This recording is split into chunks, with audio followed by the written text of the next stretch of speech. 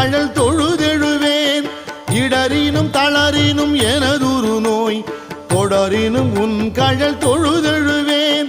கடல் தனில் அமுதொடு கலந்த நஞ்சை மிடரினில் அடக்கிய வேதியனே.